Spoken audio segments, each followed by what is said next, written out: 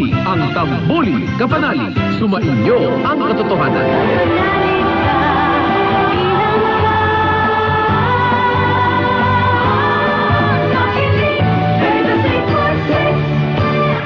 Ang bahaging ito ay inihatid sa inyo ng JRS Express. Katotohanan. Hello po, this is Ian Veneracion. Nakapag-Mark Cafe ka na ba? Available ang Mark Cafe 5-in-1 plus 1 coffee mix sa mga drugstores, pharmacies at groceries sa inyong lugar. Basta Mark Cafe, ang sarap ng natural. Ang sarap ng natural pag Mark Cafe. Mark Cafe products, also available at Veritas Fruit Shop.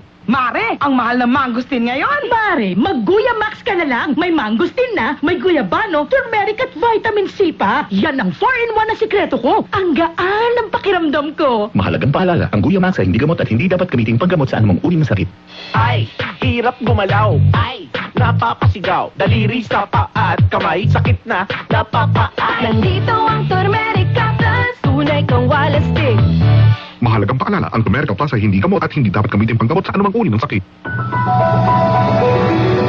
1 ng Pebrero ay National Cancer Awareness Month. Alam ba ninyo na ang cancer ay isang pangunahing banta sa kalusugan? Sa mga kalalakihang Pilipino, ang 5 pinakakaraniwang sakit na na-diagnose ay ang lung cancer, colorectal cancer, prostate cancer, liver cancer, at leukemia.